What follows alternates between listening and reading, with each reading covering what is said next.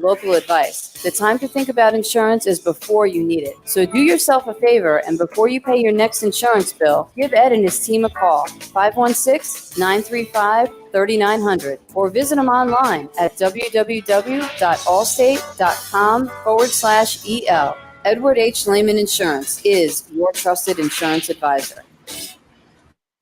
Be fearless at MMA Long Island and Seituha Karate. Located at 28 Colt Court in Ronkonkoma, MMA Long Island is the martial arts school for you if you want to learn combat-proven techniques, build confidence, discipline, and self-esteem while learning real martial arts to fight back against bullies, predators, and peer pressure. MMA Long Island offers group and private lessons for all ages and levels in traditional Goju-Ryu Karate, MMA, and self-defense. MMA Long Island is one of Long Island's most affordable martial arts schools. There are no promotion, belt, or membership fees, and family discounts are available. All classes are taught by 7th degree black belt Sensei John Benedict with over 30 years teaching experience. So whether you want to get in the ring or protect yourself and your family, MMA Long Island can help you reach your goals. Visit MMALongIsland.com. That's MMALongIsland.com, or call or text 516-381-9660. That's 516-381-9660.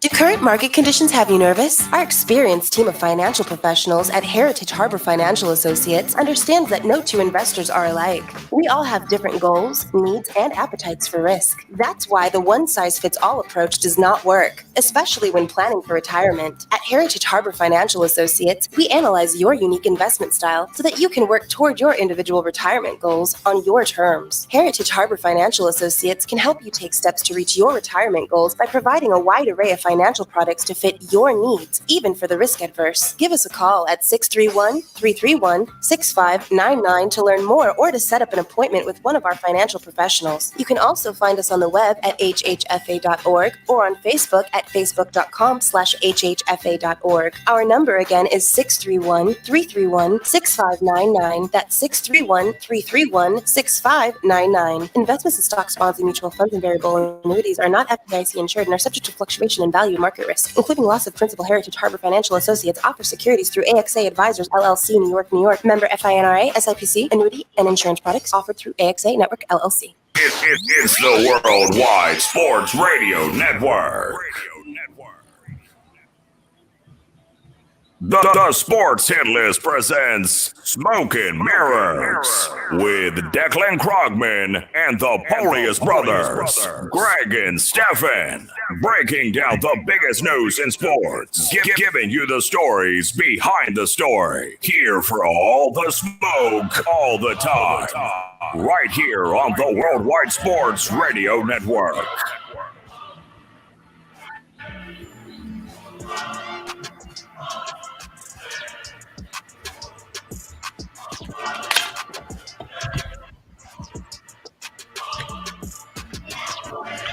Good afternoon and welcome to Smoke and Mirrors, presented by the Sports Hit List on the Worldwide Sports Radio Network. I'm your host, Stephen Polius, alongside my fellow hosts, Declan Krogman and Greg Polius. How you guys doing today? Happy Friday. Happy Friday. But first of all, happy birthday, my guy. And, you know, I didn't get a chance to see you, but I did get to pick up something up for you. I got you right here. Does that say Colossal IPA? Yes, it does. Wow. Lagunitas Maximus. All right. Okay. That's a little plug right there. Yeah, I know, right? All right. Shout out to Lagunitas for that. Thank you. Appreciate the birthday wishes, y'all. How you doing, Deck? How's your week been? It's been going. I mean, it's been pretty good. Busy week, but you know, fun week as Greg's already getting a sipping on this Friday. He's having some fun. We're gonna have some fun today. You know what? I mean, happy birthday, Steph, though, in all seriousness. Love you, bro. Thank you. So glad to be doing this. Love you too, man. I'm really happy to be on air for your 25th birthday. And 25th. 25th. I wish. Oh, I look so young. You got the baby face, but nah. I got out the shower late to shave, you know, whatever, man. This is 3-1 for me. But wow, look at this. You Mike Piazza. Yep. Good old 3-1. But yeah, let's thank you for the love. It's a great way to start. Let's get into it. Like you said, Deck, it's been a busy week. I think for you personally, but I think just in sports. And as everyone knows, 25th was the trade deadline, the NBA, and there was a lot of movement, a lot of big moves here. I'll just call out a few. You have Victor Oladipo that went to Miami for Avery Bradley and Kelly Olynyk, as well as a draft swap. I don't know if it was announced which draft picks are going to swap, but it's a draft swap. And interesting enough that Victor Oladipo was traded to Houston in that James Harden trade. So he's moving twice in the same year. And on a more emotional note, you have Gary Harris and RJ Hampton from Denver getting, as well as a first-round pick of 2025, getting traded to the Magic for Aaron Gordon and a lesser-known player in Garrett Moore. Not shouldn't say lesser-known, more of a supporting role in Gary Clark. But emotional. No, you can say lesser known. It's okay. Yeah, like a role player. You go with a role player. Yeah. We can keep it. We can keep it nice on here. We don't got to get mean. Gary Clark might watch the show. He's in such a great mood because his birthday. He doesn't want to offend anyone. I never offend people. I feel like sucky stuff. I mean, I can't say. I don't think Greg and I could say the same. But but yeah, just to finish off some of these more notable ones, you have JJ Redick, who wanted to be moved from the Pelicans, getting moved on to the Mavericks, and the Mavericks sending over a second round 2021 draft pick, as well as two other players. And one of note for me was Lou Williams getting traded by the Clippers for a second round pick in cash for Rajon Rondo, which that was surprising. You said it was surprising? I was surprised that Lou Will got moved. Draymond Green said that was like the best move of the deadline, in his opinion. The Clippers getting Rondo. We're going to get into that. Yeah, we definitely can. We definitely can. And I think one more just want to put out there was, George Hill. That's one of the first ones I saw, I think, in the beginning of the day was George Hill getting traded to the Sixers from OKC. 3-team deal. So you have the Knicks who receive a swingman in Terrence Ferguson. And then why you gotta do all that, bro? Why you gotta do all that? It's in all fairness, honestly, I had to look it up. I ain't gonna hold you. Terrence, if you're watching, they heard they were in for Lonzo Ball and they got all excited. And they just three-way trade with someone else. Terrence, if you watch the show, bro, no beef, like no static. But you also have Tony Bradley, who was filling in for Embiid on the 76ers, getting sent over to OKC, as well as 2 second-round picks in 2025 over to OKC, and Austin Rivers from the Knicks going over to OKC as well. So can we talk about OKC for a sec? Jump on it. That was my last one. I just a lot of movement. Wait, I don't know. Before we get into OKC, did you mention Vooch going to the Bulls? That's one of the biggest deals of the day. Yeah, no, you're right. I 100% missed it in my prep. I'm over here looking at my notes. Vooch didn't make Vooch, if you're watching too, man, it's not nothing against you. You a big name, so it's not like you small fry. He's not in a plane right now. As long as he's got service. So he was probably the biggest name moved at the deadline. Yeah, no, definitely. Yeah. I feel like the Oladipo trade didn't get as much. Well, that's because people haven't seen Oladipo on the floor in a while, and when he was on the floor, it's not like he wanted to be there. That's another thing. That's true. I mean, why would he want to be there? In all fairness, like that team was lost 20. What is it? Have they won yet? It's been like 20. They lost 20 games. They won one. Did they win one? No, it wasn't 20 games. I think it's at 20 right now. No, it was at 20. No. When I thought it was at 20 a few days ago. No. John Wall had a triple double. I think when John Wall got his triple double, they won a game. They broke the 20 game triple Dougie. That wasn't when he got into the argument with Steven Silas and he got benched. That wasn't that game, right? Nah, I don't think it was Steven Silas, by the way. They really. I know. You think we said that in the beginning of the season? But before we even get into the deals, I'm going to get to you in a sec, Declan. But Steph, in our fantasy league, it is the trade deadline today, and people are tired of you not responding to trades, myself included.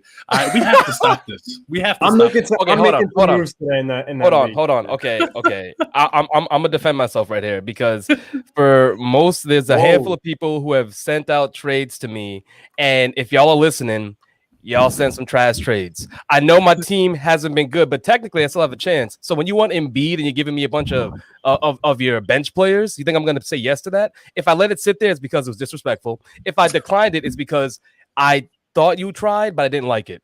And Greg, you're right. You sent me one.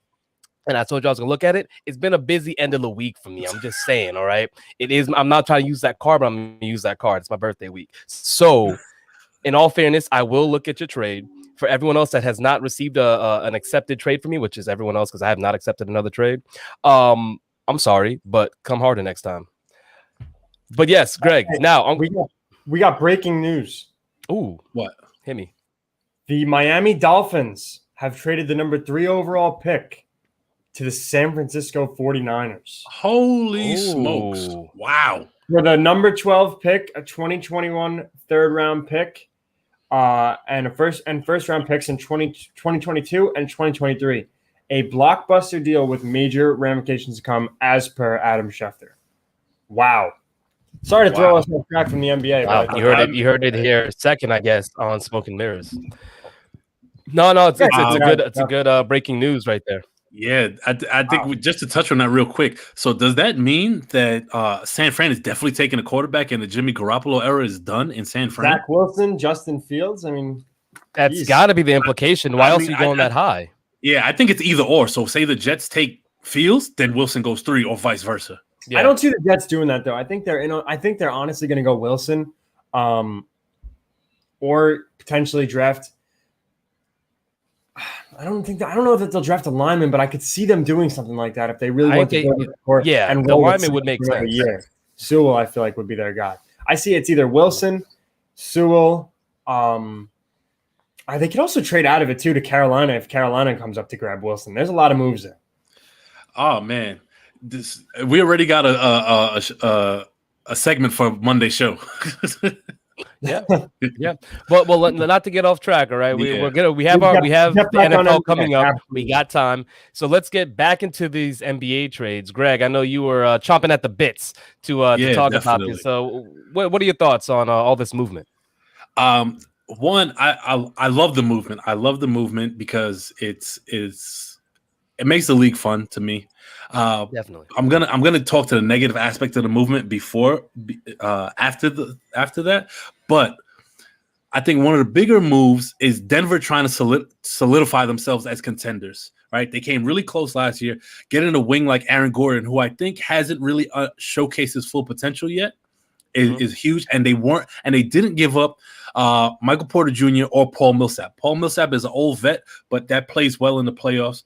And they got a lot of frontline depth. And one of the reasons the Lakers were hard to beat last year was because of their depth and their length. And they also Nuggets got JaVale McGee, which is huge. Championship experience, championship experience, another big man, and they really solidified that. He's come back home. He's come back home. The Boston Celtics, Carl's Boston Celtics. I honestly don't understand what they're doing. Well, I don't really consider you a real Celtics fan. I'm sorry. I'm not a real Celtics fan. I said, I'm a Celtics fan. Like Taco Bell's Mexican food. I'm inauthentic in my Celtics. So Carl has been calling for Danny Ainge's head for what I think is like the last 5 years. Shout out to Carl and the Sports Hit List on Wednesdays at 4 p.m. But I think he's right. I don't understand what getting Evan Fournier does for them. I don't. To me, it's neither here nor there. It doesn't move the needle for them in terms of because right now they're like sitting at the 8 seed. They're trying to be contenders. Evan Fournier is not going to make you a contender. And then you get Mo Wagner, who's nice. He's a younger version of Daniel Tice, but he doesn't rebound or block shots as well. He can hit the three better than Daniel Tice, but is Mo Wagner the difference maker? What I am happy, though, as an avid fantasy player, is that the Time Lord Robert Williams is finally going to get his chance to get more than 20 minutes a game because he's been so consistent in providing across, a bunch of different categories, or especially defensive ones. And Brad Stevens just hasn't given him the minutes. So now he has the opportunity with Tristan Thompson out with the COVID health and safety protocols and Mo Wagner, who is not ready to start on this team. So it's his time to shine. You have him in fantasy? I got to ask. You seem very invested. I had him once. I released him because of the minutes thing, and then Anthony Mullen picked him up right when I was going to pick him up at like 4 o'clock in the morning. And then in our other league, I got sniped on him as well. But I am very invested in watching him because I think he can be a really productive big man for them. Speaking of guys that got sniped, Myers Leonard has been waived by OKC.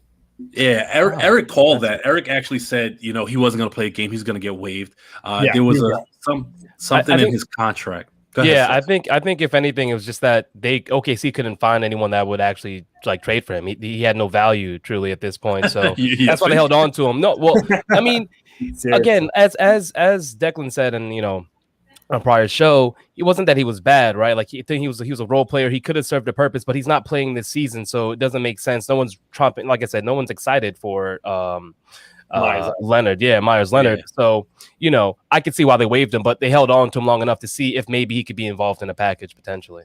You guys really missed my snipe pun too, because that's literally what he got. Nah. No, definitely missed it. It went over my head. It went over my head. I wonder if that kid who sniped him realized what happened afterwards. That snipe led to the stupid, vulgar language he used to. It changed lives. Yeah, it definitely did. It did. That's a fact.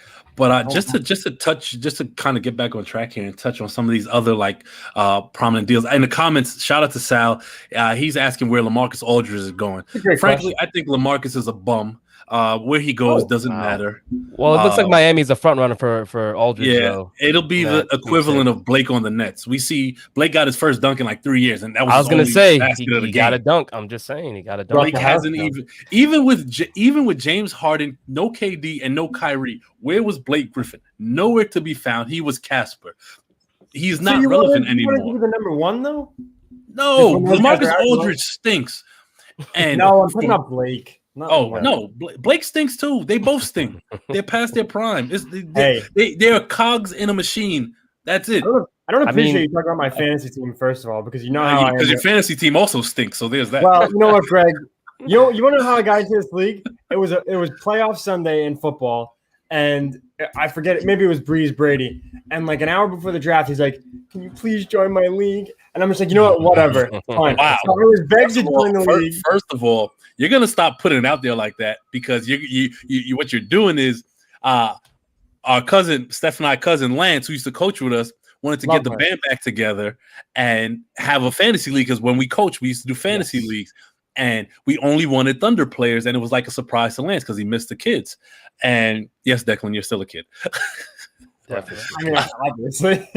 I still use a booster. That is why I reached out to you for the league, because I wanted to keep it to those Thunder people and just keep it nice like that. But that's neither here nor there. Fine. All right. I have Chris Paul, DeAndre Jordan, and Blake Griffin, by the way. Oh, no. I did, Jordan. Ziggy, I didn't say they stink because they're in their prime. I said they're out of their prime, and they're no longer relevant. They stink now. In their prime, they were all-stars. Presently. I'd say Blake's relevant, though, to an extent. To where? To what? Have you seen Blake? Yeah, but he's gonna be a nice little role player. Do you know what championship team? That's relevance. No, Blake is a name. He is a shell. Yeah, a relevant name. People know. I could agree with Greg on that. He is a name. He doesn't really have. He's not like he's a productive role player. You're hoping that you potentially can squeeze something out of Blake. Him dunking. The fact that him dunking was a big a headline is really sad in and of itself. When we spoke about Blake the first time, I was like, I can see him potentially doing something, but with his limited minutes, you're hoping that he could just maybe give you some points, maybe pull down an important board. It's going to be a moment. It's going to be moments in the game where maybe Blake can help you, but Blake isn't going to really be the contributor that people want him to. Just to give you an idea of how irrelevant Blake Griffin is. You ever heard of Alize Johnson? Anybody on the panel? No. What do you say? Exactly. I didn't hear what you said. Alize John. He was signed to a 10-day contract by the Nets, and on his 8th day, when none of the Nets stars was playing, he had 23 and 15. That guy is more relevant and got more playing time than Blake Griffin, who again is a shell. There's no reason. I mean, I don't think anybody's debating him being a shell, but honestly, I don't know about you, Steph. Greg, I'm just waiting for you to say that they should lower the rim for Blake Griffin, like you tried to say with the WNBA. I'm just waiting for it, honestly. Touche. You know what? I'm gonna let you have that. Thank you. So that was a great zinger. I appreciate you, Declan, for that. That was really good. I like the callback. Deck, do you have any trades that stuck out to you? Anything that was excited for? Maybe you were surprised by? I think you mentioned Rondo. Yeah, the Rondo one that was a surprised great me. move. I That thought it was was a a really great good move. move from Rondo. Even at this point, he's still a leader. He still can pass the ball really well. No one's expecting him to score 20 points a game. He's gonna get his little assists. He's gonna be a leader, and I think he's a nice asset for the Clippers. To be perfectly honest with you guys, I don't know if I have any more that were that surprising. Besides, I felt bad for Jamal Murray yesterday. Yeah, because him and Gary Harris played together for the whole time. I'm gonna get to that in a second, but they didn't get Rondo for regular season. They got him for quote unquote playoff Rondo to run the offense in the playoffs to give them that veteran leadership. That's why they got him. So that's a great move by them. The two other moves I want to touch on is Gary Trent Jr. actually in his third year getting traded from Portland to Toronto, just like his dad did in his third year, which is kind of a wild stat. It was something like they both were on their 41st game. Serendipitous. Yeah. On the team. It was weird. It's kind of crazy. We only got 2 to 3 minutes before break, so I'm going to touch on it real quick. But what you said, Declan, that was really important to me is, you feel bad for Jamal Murray. And a lot of times we as fans, we get excited for the trade deadline, but fans get so upset when players request trades or want out of a situation. And they call them all types of names and tell them they're ungrateful. But here you have organizations like Orlando and Denver who've traded away guys who've made lives in these cities, who've made families in these cities, and in the realm of it's better for business. But when a player does what's better for him, for his business and his brand, it's a problem. And I have issue with that. As fans, we need to take a step back and realize these players are still human. They have feelings, they have emotions, right? And they're also going to do what's best for them. So let's not, the next time a player demand a trade, go out there and try to tarnish that player for just namesake of saying, hey, he's undeserving of this. We got to be better than that. Yeah, unfortunately, I think you're right. It just falls into the category of it's a business and there's tons of money being involved, tons of money being moved. And at the end of the day, and it's so cliche to say it, but there really is. I feel like there's nothing that can be done. And you know what? I feel like the NBA is enough of a player league as it is. You know what I'm saying? Like, I'm sorry. Garrison's in the comments. It said they needed Rondo because Paul George is sponsored by Charmin and playoff Rondo don't play that ish. Also, him and Manny said Aaron Gordon is trash. Essentially, Aaron Gordon is what he is, and I'm not buying that. I think Aaron Gordon years old still. I think Aaron Gordon could be of note to that offense. Yeah, I agree with that as well. He's definitely a contributor. I want the Celtics to grab him. Sorry to cut you off, Steph. And I see a comment. Someone says happy birthday to Steph with two hard Fs. You know what? I've been hanging out with you way too much because I had to do a project for Under Armour, and I may or may not have, when I was writing it, spelled Steph Curry with 2 Fs. And I was like, damn you, Polius, I'm done. Hey, honestly, that's low. I appreciate that. 2 hard Fs, though. Always remember that. It's 2 hard Fs. All right. But yeah, so with that being said, you guys covered a lot of it. We're going to go on a break. Don't go anywhere, guys. Stay locked in. This is Smoke and Mirrors, presented by the Sports Hit List on the Worldwide Sports Radio Network. We'll be right back.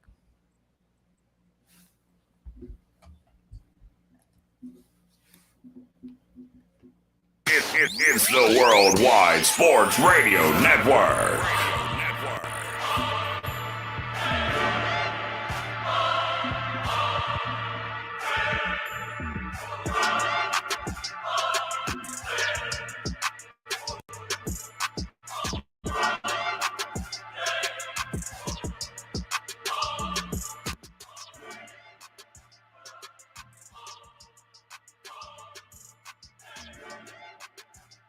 Edward Lehman has been a trusted insurance advisor for over 16 years with insurance solutions for auto, home, commercial, life, and retirement. He's located at 54 Sunnyside Boulevard, Suite H in Plainview. That's just 1,000 feet south of 490. Local agent, local advice. The time to think about insurance is before you need it. So do yourself a favor, and before you pay your next insurance bill, give Ed and his team a call, 516-935-3900, or visit them online at www.allstate.com/EL. Edward H. Lehman Insurance is your trusted insurance advisor. Be fearless at MMA Long Island and Setuha Karate. Located at 28 Colt Court in Ronkonkoma, MMA Long Island is the martial arts school for you if you want to learn combat-proven techniques, build confidence, discipline, and self-esteem while learning real martial arts to fight back against bullies, predators, and peer pressure. MMA Long Island offers group and private lessons for all ages and levels in traditional Goju-Ryu karate, MMA, and self-defense. MMA Long Island is one of Long Island's most affordable martial arts schools. There are no promotion, belt, or membership fees, and family discounts are available. All classes are taught by 7th degree black belt Sensei John Benedict with over 30 years teaching experience. So whether you want to get in the ring or protect yourself and your family, MMA Long Island can help you reach your goals. Visit MMALongIsland.com. That's MMALongIsland.com, or call or text 516-381-9660. That's 516-381-9660. Hi, this is Terry Crews, actor, former football player, game show host, father of 5, and all-around big dude. I'm also an expert on drama. I know all kinds of drama. There's the good kind that comes with having a house full of kids. There's the bad kind, like season-ending injuries. There's the necessary kind, like having an agent in Hollywood. And there's silly drama, like the drama around my percolating pectorals. And then there's the drama you can skip.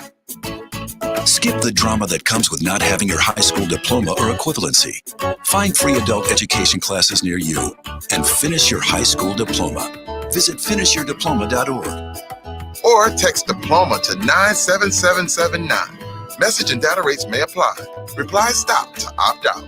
That's diploma to 97779. And leave the drama to actors like me. Brought to you by the Dollar General Literacy Foundation and the Ad Council. Adopt US Kids presents Multiple Choice Parenting. Your daughter just had her first breakup. Do you A, put yourself in her shoes? How could he do this to you? And for Sheila, she has split ends.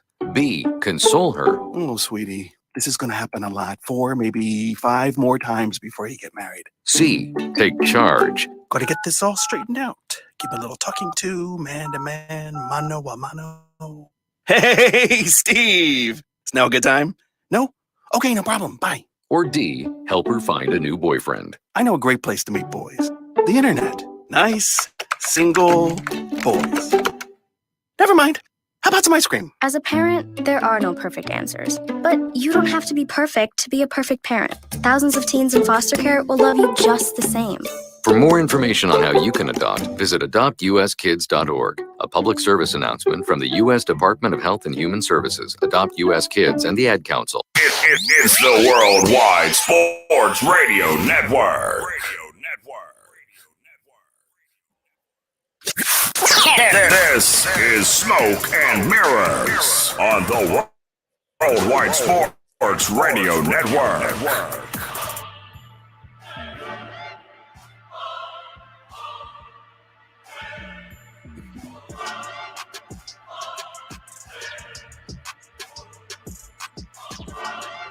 Welcome back. You're listening to and watching Smoke and Mirrors, presented by the Sports Hit List on the Worldwide Sports Radio Network. I'm your host, Stephen Polius, alongside my fellow hosts, Declan Krogman and Greg Polius. So we covered the NBA trade deadline. It's saying with NBA, we're going to talk about MVPs, the MVP discussion, since we're getting around that time in the season. You know, I went and looked at the Kia MVP ladder, which is interesting. I want to see if you guys agree with this. They have Jokic at 1, Giannis at 2, Dame at 3, LeBron, Embiid, Harden, Luka, Kawhi, Chris Paul, then Steph Curry to round it out at 10.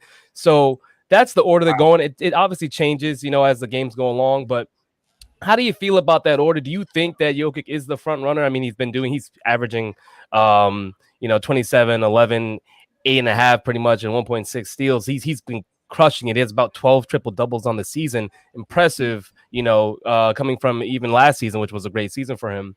Do you agree with that? Do you have any issues with that lineup? Are there any sleepers that aren't in there that you think should be? Deck, I'll throw it to you. Yeah, I think that lineup is kind of weird, to be honest, because I would have Harden in the top 3 at worst, in my opinion.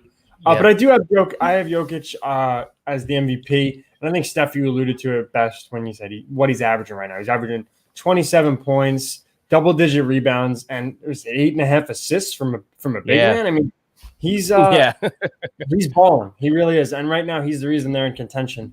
So that's why he's my number 1 right now. Gotcha. What about you, Greg? What are you thinking? What are your thoughts? I think. Well, before I get into anything, this 9% ABV is hitting, so I'm very excited. You gotta be kidding me. The plug. He's just plugging them away, man. I get the money first. I know, right? I know. I should tag him on Twitter. It's not a mom and pop ad, bro. You funny. You funny, Deck. You on it today, Deck. I'll give you that. Here's the thing with the NBA MVP, more so than any other major sport, there's so much politics surrounding the voting that I don't think it always goes to who it should go to. It never does. Yeah, and I think statistically, yes, Jokic is number 1. The Joker is having statistically arguably the best season, of anyone. But for me personally, I got Dame in the number 1 spot. It's Dame time, Dame dollar, because I don't know if you guys realize Dame was missing CJ McCollum for weeks. Yeah, I was gonna mention that. It's impressive. The fact that they're in contention, that he's been keeping them afloat. It's been Dame night in and night out, and he has some naggy injuries too. Hold on, Carl, stay out of this. All right. He said it's not politics that goes to the top seeded player. That's part of the politics because it goes to sometimes players who don't deserve it. Do you not understand what politics means, Carl? Come on, bro. Be better than this. I expect media man. I expect better from you. Boss don't man. do You need to come on the show. I know. We wanted him to come on and talk about his hapless Celtics, but he wasn't in the mood to do that. He's very all I want to say is, boss man Carl, I appreciate you, bro. Thank you for being on and listening and watching. Don't let what Greg says affect this show. That's it. Yeah, still tune in. There's still 2 of us that you're cool with. I'm a company man. But yeah, CJ McCollum. Talk about politics. I know, right? Nurkic hasn't. Well, I don't even think Nurkic played 20 games, if that. They're missing their best big man. Enes Kanter's filled in really well, so shout out to him. He's been amazing, honestly, in his steed. And I think when Nurkic, when he was healthy, he wasn't even averaging double at that point. No, he wasn't. I mean, I think he was still trying to fit in with Kanter and the rotations out there.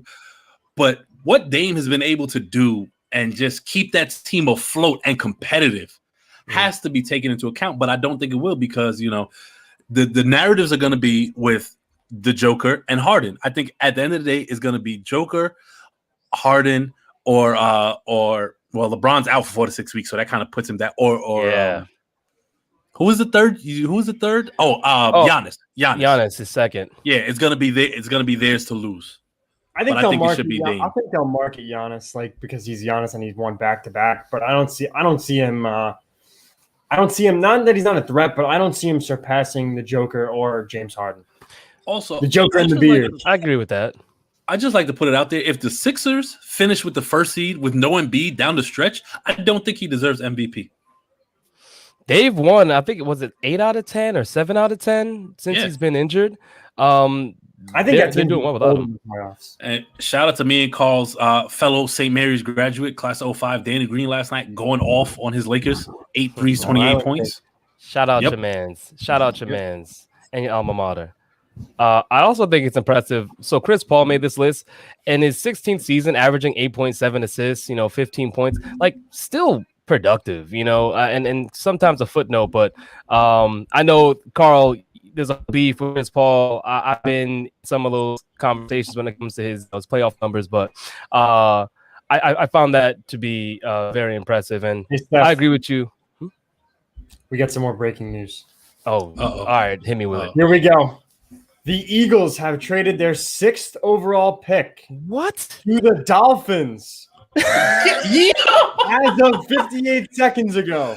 Yo! With the number 12 pick that they just got from the Niners. Yeah. And their 2022 first-round pick. They also swapped mid-round picks. I believe it was the 3rd round with the 156 and the 123. What is going on? So they traded down to 12, right? Yeah. And then traded back up to 6 and gave away the 12. Just to recap, the Dolphins, as of a half an hour ago, the Dolphins had the 3, the Eagles had the 6, and the Niners had the 12. The Niners traded with the Dolphins for the 3. The Dolphins are now in the 12. Obviously, other packages were being included in that. There are other assets. Now the Eagles trade their 6 to go to the 12 spot for the Dolphins to go at 6. What? So now it makes you wonder, right? What does the Dolphins play here? Yeah. Are they looking at a Trey Lance, or are they looking at like a Devontae Smith? Like what's the play here? Yeah, I think this is a receiver move because everyone had the Eagles looking at either Surtain at the corner spot, or I didn't really think that was going to happen, but I did hear some of the smoke about that. Mirror. I almost said mirrors. Wow, that's insane. Smoke and mirrors. Smith or Waddle, and the Niners just said Jimmy G's their guy.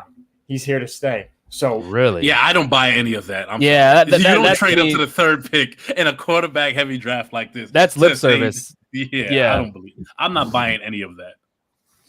That's weird. For the Giants, though, maybe this means a receiver down to 11. You stop it, because at this point, you guys are either going to draft O-line or you're going to draft in the trenches, in my opinion, or maybe no. I could see them going for Pitts.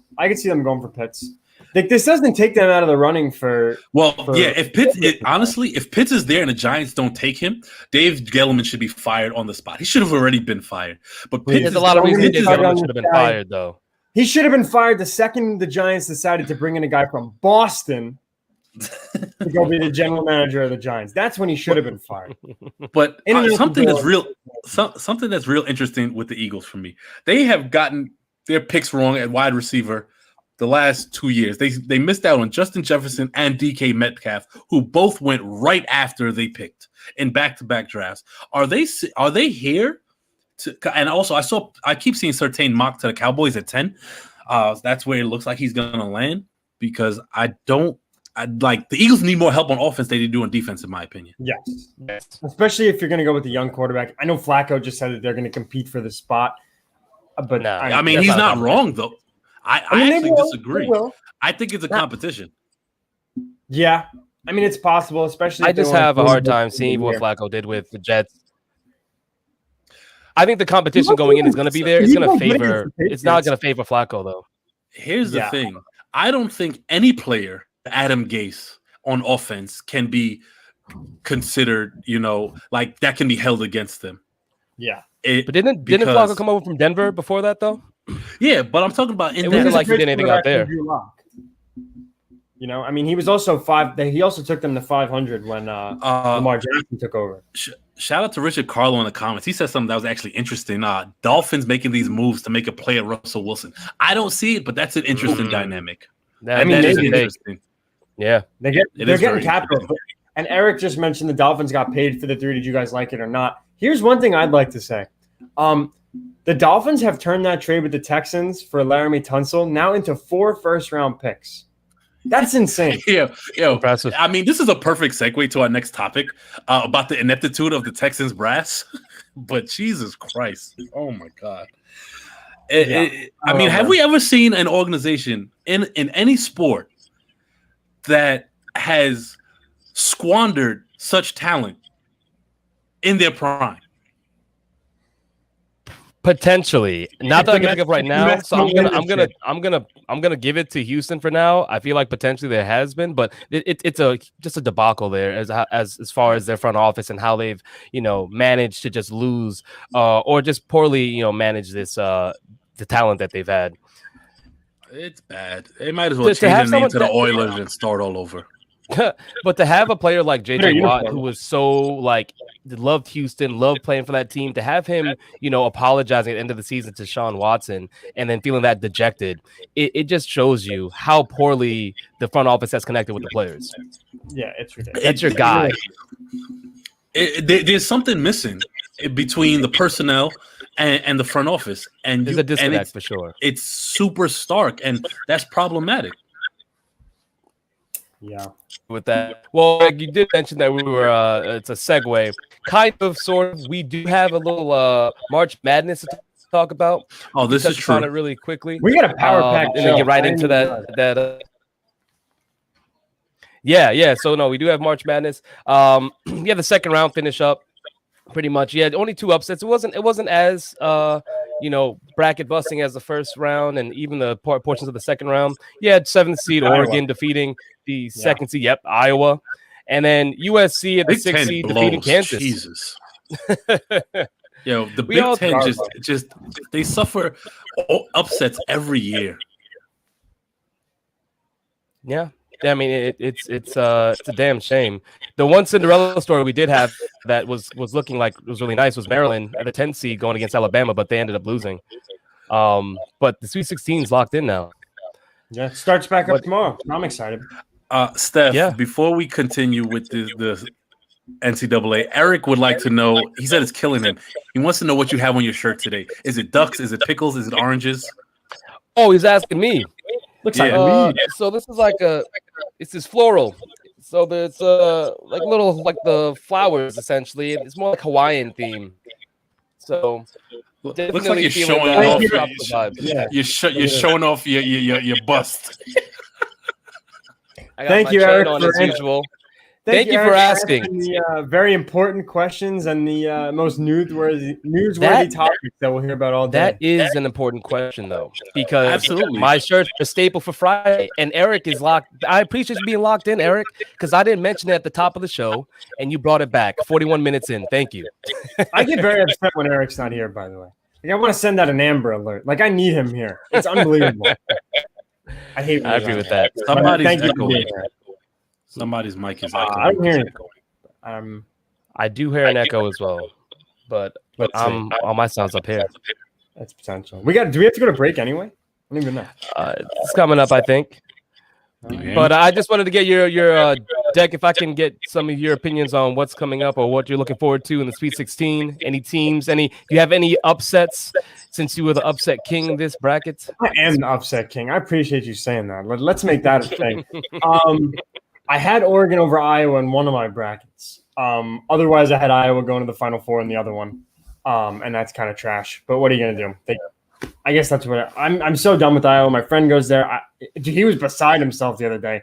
He was ready to fire the coach.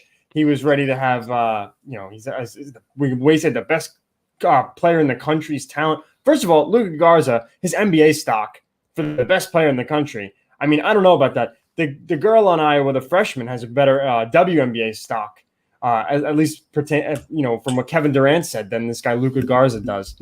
But yeah, I mean, I'm not sure what I really look to see. I'd like to see Loyola Chicago winning. I have them in the Elite Eight, so it'd be nice to see them get a win against another kind of storied upset team. But yeah, that's what I got for March Madness. All right, so what about you, Greg?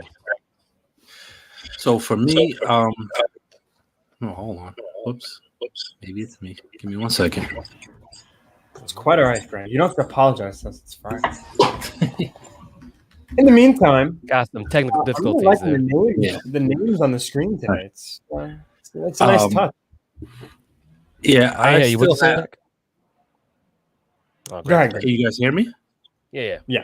Yeah, I still have Gonzaga taking it all. I think I would like to see Loyola Chicago. Everybody likes to see the upsets, but I still got the Zags taking it all. And I think they're kind of putting themselves in blue blood territory in terms of basketball, college basketball programs. This guy talking about Tom Selleck again. You know what?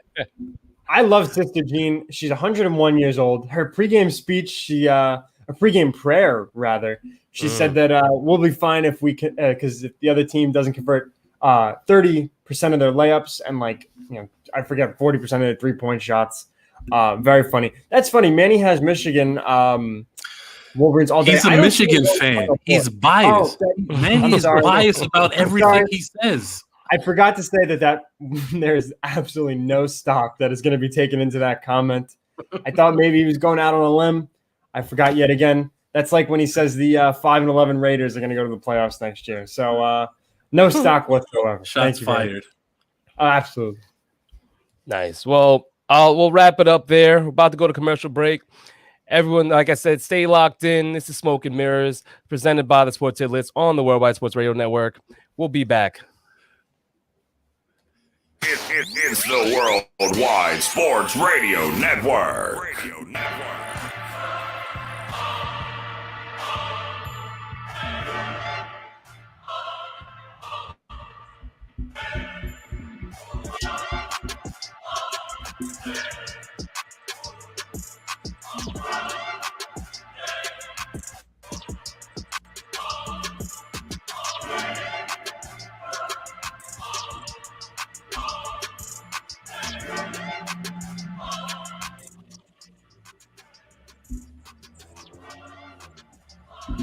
Do current market conditions have you nervous? Our experienced team of financial professionals at Heritage Harbor Financial Associates understands that no two investors are alike. We all have different goals, needs, and appetites for risk. That's why the one-size-fits-all approach does not work, especially when planning for retirement. At Heritage Harbor Financial Associates, we analyze your unique investment style so that you can work toward your individual retirement goals on your terms. Heritage Harbor Financial Associates can help you take steps to reach your retirement goals by providing a wide array of financial products to fit your needs, even for the risk adverse. Give us a call at 631-331-6599 to learn more or to set up an appointment with one of our financial professionals. You can also find us on the web at hhfa.org or on Facebook at facebook.com/hhfa.org. Our number again is 631-331-6599. That's 631-331-6599. Investments in stock, bonds, and mutual funds and variable annuities are not FDIC insured and are subject to fluctuation in value and market risk, including loss of principal. Heritage Harbor Financial Associates offers securities through AXA Advisors, LLC, New York, New York. Member FINRA, SIPC, annuity and insurance products offered through AXA Network, LLC. Take a look under your bed. Find stuff under there? What about jobs? No? Now try your basement. There's a pair of overalls that overall you're not so into anymore. A perfectly good laptop that hasn't sat in your lap in months. And even more stuff, but still no jobs? Well, you really have both. See, stuff is defined as household articles considered as a group. Sometimes this stuff is no longer needed. Wait, no longer needed? That can't be right. Because remember those jobs you were looking for? Those are really needed. And they're the stuff inside your stuff. Even inside that winter coat that moved with you to Phoenix. Our job is to unlock those jobs. And it starts when you donate your stuff to your local Goodwill. Here's how we do it. When you donate to Goodwill, we sell your stuff to provide job training for people right here in your community. So just by teaming up with Goodwill, you help create jobs. And isn't that worth partying with the leftover guitar from your 80s cover band? Goodwill. Donate stuff, create jobs. Find your nearest donation center at goodwill.org. A message from Goodwill and the Ad Council. Dear John, I was hoping it wouldn't come to this, but you've left me no choice. I'm leaving. Uncontrolled high blood pressure is really serious, and lately you seem to really not care. I've been there for you since day one, and I know you think I'm gonna keep ticking, but no, my friend, I can quit whenever I want. Why can't we get back to the good times, when we were more active and ate more healthy foods, and you checked on me every once in a while? Is that too much to ask? I don't want to leave, but unless you stop ignoring me, what else am I supposed to do? Remember, when I quit, you quit. Sincerely, your heart. Listen to your heart. Don't let it quit on you. Doing the minimum to control your high blood pressure isn't doing enough. High blood pressure can lead to a stroke, heart attack, or death. Get your blood pressure to a healthy range before it's too late. Find out how at heart.org/blood pressure. Check, change, control. A message from the American Heart Association, the American Stroke Association, and the Ad Council. Hey, what's up, everybody? I'm Jason Derulo. I love that music connects to people all over the country. But unfortunately, so does something else. Childhood hunger. 15 million kids struggle with hunger right here in America. And yet, every year, billions of pounds of surplus food in the U.S. go to waste instead of going to the children in need. Feeding America is working to change this. The Feeding America nationwide network of food banks rescues this surplus of food to help provide meals to families in virtually every community in the United States, including yours. But they just can't do this alone. Join me in the fight against hunger in America. For more information on what you can do to get involved, visit feedingamerica.org. That's feedingamerica.org. Together we can solve hunger. Together, we're feeding America. A message from Feeding America and the Ad Council. It's the Worldwide Sports Radio Network. This is Smoke and Mirrors on the Worldwide Sports Radio Network.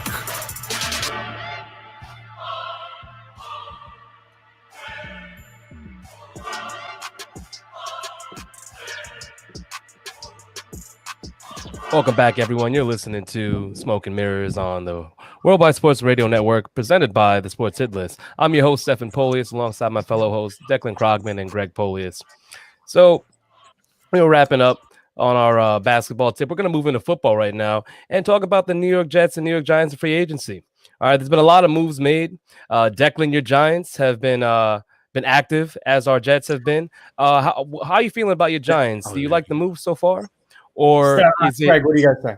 I'm sorry. No, you were muted, but you fixed it, so you're good. Yeah, well, I was doing it because I didn't know if that was where the echo was coming. But I appreciate it. I appreciate you.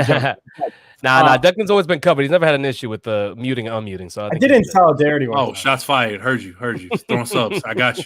That's what we do. Don't make me take your six-pack back.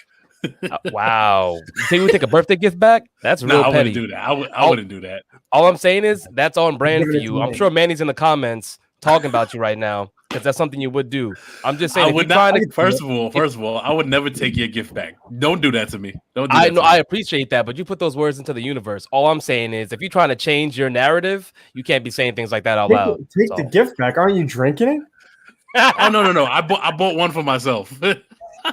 You think so? I wouldn't look if I buy him a whole 6-pack and then I drink one. That's sus. Pretty funny, honestly. Give him a 5-pack. You're just saying he's a lightweight. He doesn't need 6. Anyway. Deck, what do you think about your Giants? Yeah. Giants have had an excellent offseason. Better than the Jets, in my opinion, which is funny how those tables have turned. Yes, absolutely. So the Kenny Galladay signing. I need you to relax. Yeah. 4-12 will never look better next year for you guys. I promise. Anyway, I mean, looking at these acquisitions, I wouldn't say it's a significant difference in the Jets and Giants. But continue. I mean, here's what I'll say. First of all, the Giants getting Kenny Galladay is the best signing of the bunch. Second, the Adoree Jackson signing it's amazing how they got him. I mean, there's the Titans connection. He's going to be an excellent number 2. Besides, Bradbury's a top 5 corner in the league. He's excellent over there on the right side. Or honestly, he follows the number 1s. We saw him almost strip DK Metcalf after locking down. It seemed like every number 1 receiver. He said, "Make it quick, Dick." Yeah, well, I guess, I'm sorry. I don't want to cut off the monologue. You're getting your Travis McKay on right now. Yeah, I don't want to cut off Greg's monologue about Tevin Coleman and Sheldon Rankins. Excuse me. I didn't realize that's a question over the real New York team that's making moves. You see how he skipped over Corey Davis, though? You see that, right? Okay, fine. I'll go to Corey Davis. Well, no, I was just going over the things that Corey Davis was 2 weeks ago. So, I mean, we can talk about Corey Davis. It still happened. No, we're talking about free agency acquisitions. So, it's all of them. I was mentioning stuff that happened since Monday or on Monday. So that's where that came from. But that's all I got to say. The Giants have had an excellent free agency so far. I don't like losing Dalvin, but if they can get Clowney for a decent price, that's another hell of a move. I mean, with what cap space? There's no way you could pay Clowney. With what cap space did they get? With what cap space did they get Galladay and Jackson? Yeah, no, they maneuvered pretty well. But I don't think they have much more left. They don't have much more room to actually acquire a player like that. So I agree with Greg. Yeah. What I will say is with Jackson, they made him the 12th highest paid cornerback in the league, on his 3-year, $39 million deal. And, I mean, he played 3 games last season. Wasn't a great season. In 2018, 2019 were his better years. And he's a solid corner, it seems like. But, 12th in the league, paid, like highest paid. I don't know about that. That's your Gettleman. That's Gettleman for you, though. So there's that portion of it. Overpaying for a guy that they need. I mean. Well, no, I get it. But you were really excited for it. I'm just saying that, I think that he's good. His last season obviously is indicative of what he can be. You're hoping that he pairs well with Bradbury. You left out that you guys picked up Kyle Rudolph on a 2-year deal. Aren't you excited about that? Some depth there, right? Re-signing Leonard Williams, John Ross for depth. You also have Devontae Booker. That's another running back, some running back depth. You have a running back. I like Gallman instead of him, to be honest with you. But I mean, yeah. Gallman to me he was very solid, but again, you want to have someone besides him because I don't think there was much. But after Gallman, what was it? Devontae Freeman? Is he still? Yeah, Devontae Freeman was bad. No, he actually signed with the Bills for the practice squad in the playoffs. Yeah, Devontae Freeman's nothing. I mean, I don't mean that disrespectfully. I mean like nothing. Like there's really nothing there. I didn't mean that he's nothing himself. Saying with the scheme, there's really nothing there. But yeah, the Booker move's pretty good. He'll be a good 3. They'll rotate back. So especially Saquon coming off the injury, you're not going to want to give him 25, 30 carries a game coming off the jump. More committee in the beginning. Greg, all right, let's talk about the Jets. All right, Declan was taking a huge. I've had enough about the Giants. As I should. I don't know about as you should. Wait, what? See, this is a lot. You do too much. You do too much. Greg's had enough of the Giants for like 30 years now. No, I haven't. It's when you do things like what you're doing in this very moment. What did I say that was wrong? Hold on. Greg, don't respond. Don't respond. Don't get sucked in. All right, don't get sucked in. This is me being biased as a Jets fan. Let's talk about the offseason. What are you excited about? The players, the acquisitions. We obviously have a headliner in Corey Davis. Tevin Coleman, as Declan mentioned, has been signed for 1-year deal, worth up to $2 million. Running back depth that they don't have. Let us know, Greg, how you're feeling about the Jets. Well, I'm excited with this new coaching staff. I really like what they're putting together. And they're going to run a similar offense to how Kyle Shanahan ran it. But the thing that I'm most excited about is the draft, because we really want to see what Saleh and Joe Douglas can do when they combine their heads and figure out how this offense is going to be run. Whether we're going to go, QB at 1, or we're going to bolster our offense, there's a realm of possibilities. They could go O-line with Soul. They can, Jamar Chase, who's supposed to be the best wide receiver prospect in the draft. Kyle Pitts, who's supposed to be a hybrid tight end that runs a 4-4. Also, shout out to my guy Delano. He thinks the Dolphins are actually going to take Pitts at 6, which is interesting. And I see him going with Smith. As a Jets fan who has a son who is now a Dolphins fan, I cannot have the Dolphins draft Kyle Pitts. We have a bet, actually. We're going to play a game of 2K. Bet with your son? Yes, I have a bet with my 7-year-old son. We're going to play a game of 2K, which I played last night for the first time in like 20 years. And whoever wins has to get on video and say the other team's favorite franchise is so I would have to say, if he beats me, I would have to say the Dolphins are better than Jets, and I would have to record it, and vice versa. Cute. That's very cute. I would just like to say I've heard some of these voice recordings of KJ, my nephew, his son, talking about the Jets. He's a disrespectful Dolphins fan, straight up. Like very. His age protects him from getting the tongue lashing he deserves, but he is disrespectful. So I really hope you win. It's messed up. Now, is it on rookie mode? What is it? What are the what is it? What are they? Hold on. Speedy, shout out to you, our producer. He's in the comments. He said it makes no sense as great as Pitts is. And here's where I disagree. I don't think so. And because I'll defend Speedy after you go. But here's what I think, because where have the Jets lacked in playmakers for however many years, and it's still a need. It doesn't mean just because you're drafting a tight end that it's a bad thing, but he's not your average tight end. We haven't seen a tight end prospect like this that can actually change positions and become a wide receiver if a team wanted him to. When was the last time we really saw that? At this level. And it's not like he's a bad blocker either. Kyle Pitts is a total package. And I'm just saying, I don't expect them to draft him at 2, but also, this is my bias as a Gator fan, I would not be mad if they did.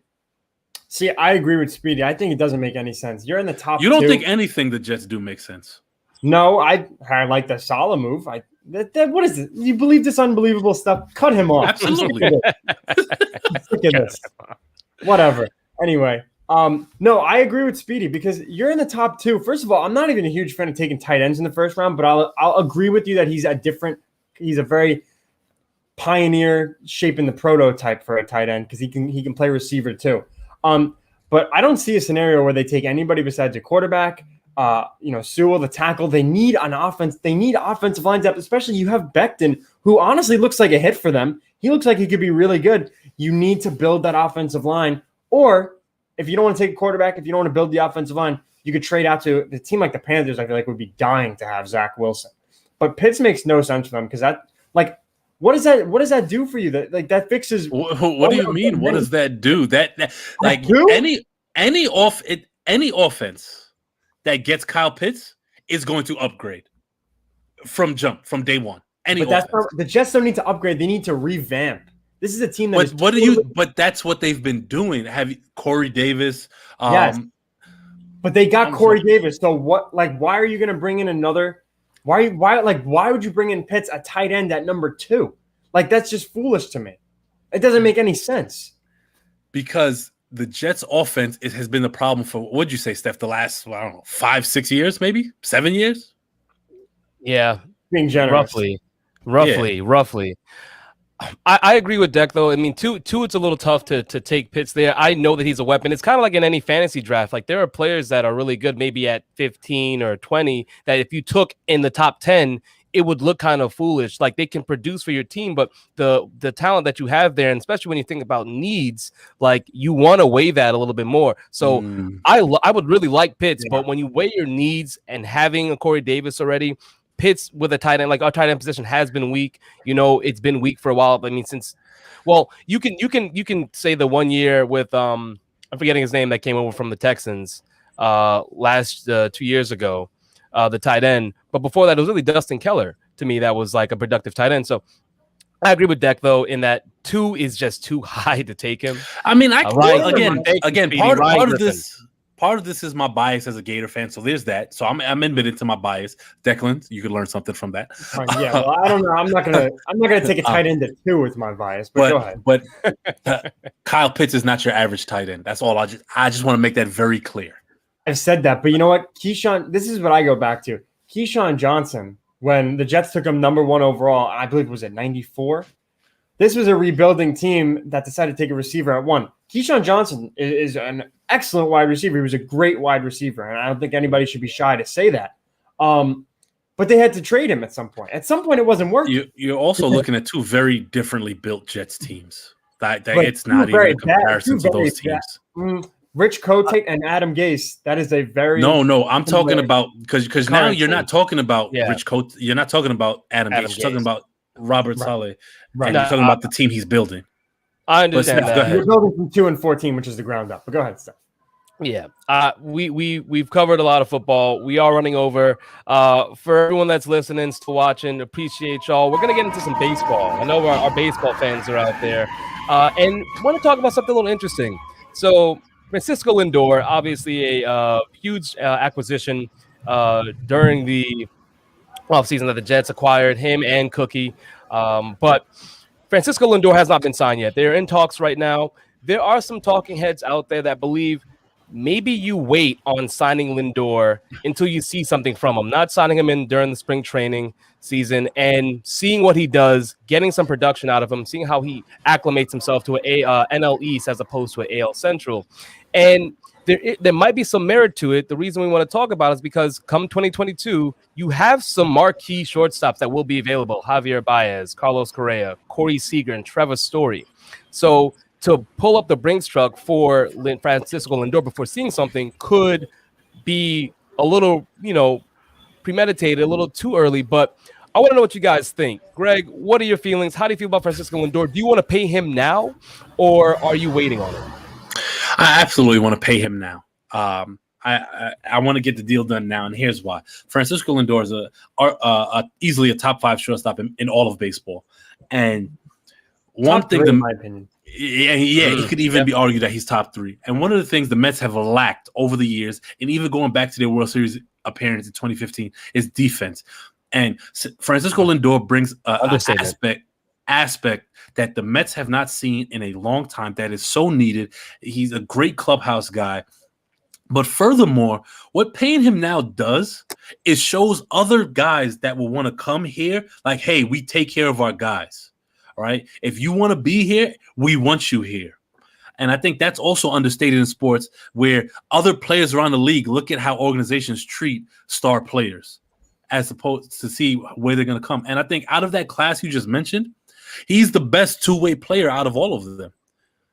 Like Trevor Story may have the better offensive numbers, but I don't view Trevor Story defensively the same way I view Francisco Lindor. Like, you guys might jump down my throat for this, but I really do, and I sincerely believe it. I have Lindor as the best shortstop in baseball right now.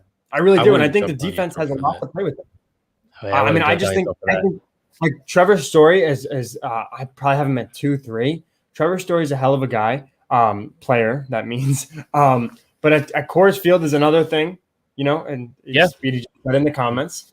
Coors Field is another thing, and I don't think his defense compares to Lindor, even though he is a really good defender. He throws the ball 100 miles per hour across the infield. Seager's coming up with World Series performance that was excellent. Playoff performance that was great. He really came back from, he had Tommy John a few years ago. He's really solidified himself to better than he was before the injury. So he's up there. Correa, I think, has kind of dropped a little bit. But I do think he's still a top. I think he's still a top 5 shortstop, but he's dropping. And I honestly, the stock on him, I really feel like is kind of lowering. I agree with Correa. Also, one thing that we don't talk about enough with Francisco Lindor, he can steal you 20 to 30 bases a year, and that's a lost art in baseball. Sneaky 2020. Yeah, or 30-20, like Declan said. 40-20, 40-20. Honestly, we've seen him do it before. And I think he's maxed out at 34 home runs, 34, 38. And then it says somewhere in the 30s. I'm pretty sure it's 38 and then 25 stolen bases or something. I'm not sure. Here's the thing. Francisco Lindor has never had the protection in a Cleveland lineup outside of Jose Ramirez that he's going to have in this Mets lineup. So I expect big things from him. You pay him now, and I think you settle all the media frenzy of, Francisco Lindor is going into a slump, because every baseball player goes into a slump at some point of their season. Do you think he deserves the money? And then it takes away from what the team is doing as a whole, because the team could be winning, but Francisco Lindor is in a slump, and that'll be the focus. We don't need that. Yeah, and I love him hitting 2 behind Conforto. Sorry to jump you. No, it's perfectly fine. I agree with that as well. I mean, Francisco Lindor has lit up in spring training. I don't know if you guys have watched, but they had I think it was either two games ago.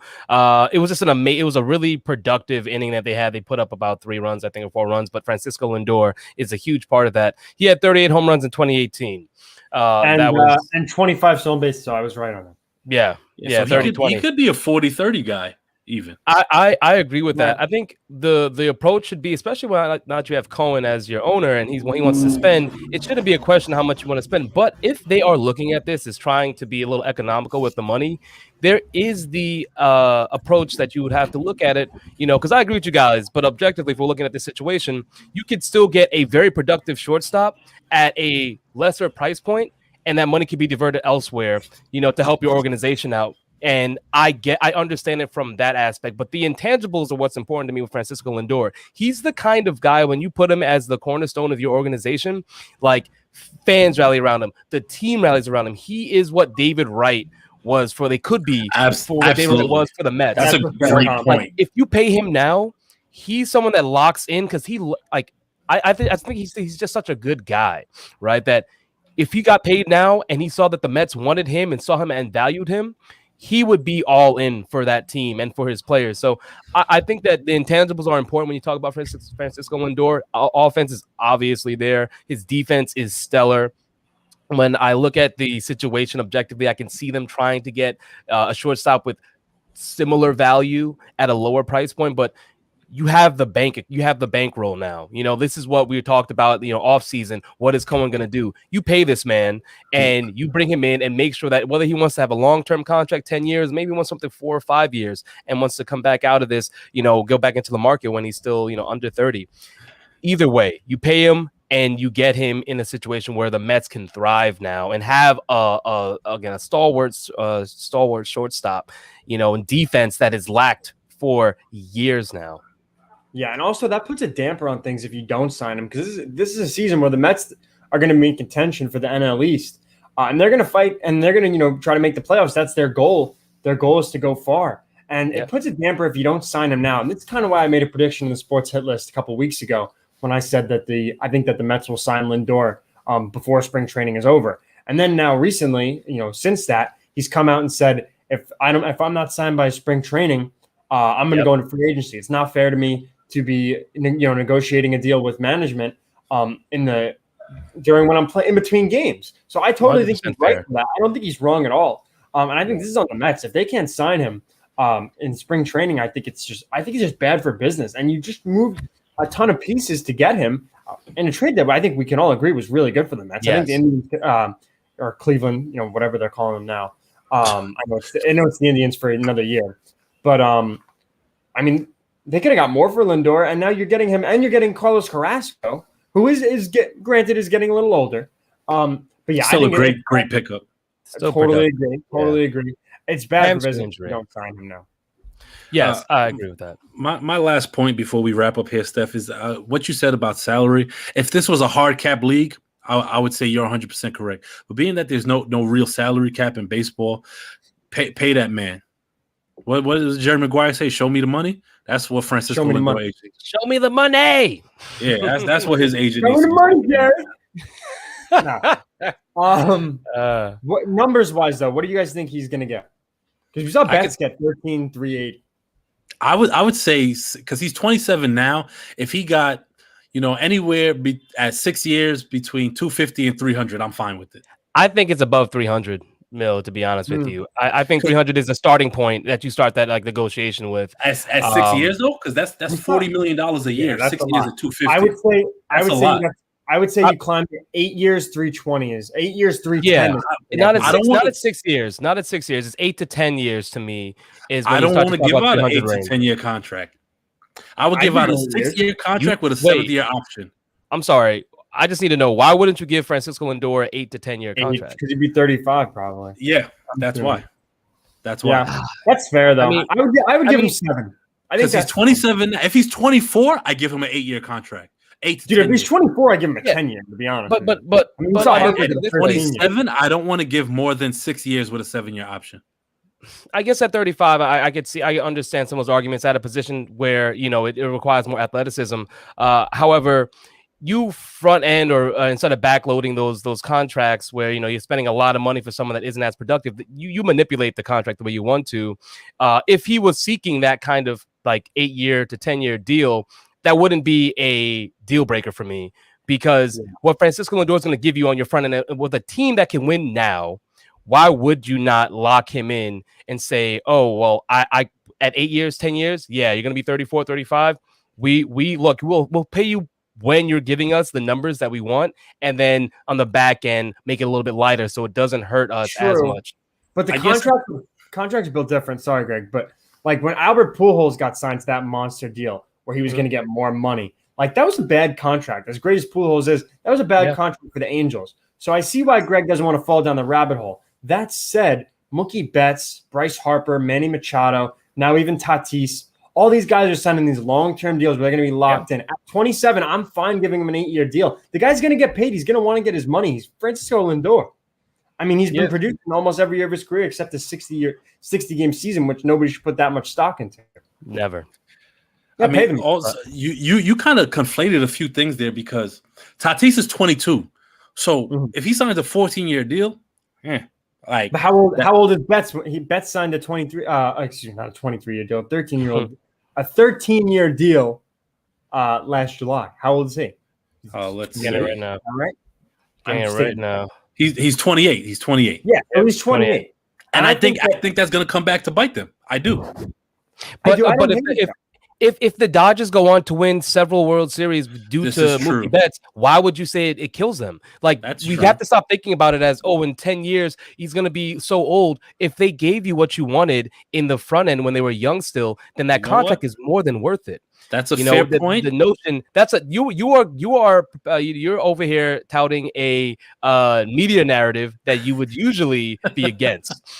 You know what? You know what? I will concede you're 100% correct. Oh my God! Serious. Smoke and mirrors first.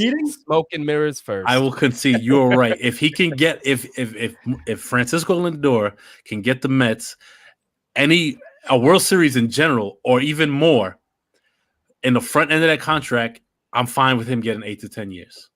I agree. What a nice. I think we can end the show right there. Yeah, What a nice way to that's what I end was the saying. show. That is the show. Everyone, thank you for tuning in. We went a little bit over. For all the baseball fans there, hope you enjoyed it. Francisco Lindor, we want him to be signed by the Mets before the season starts. This is Smoke and Mirrors. Thank you again for watching. We're on the Worldwide Sports Radio Network, presented by the Sports Hit List. I'm your host, Stephen Polius, alongside my fellow hosts, Declan Krogman and Greg Polius. Hope you have a lovely weekend. We'll see you again on Monday. Take care.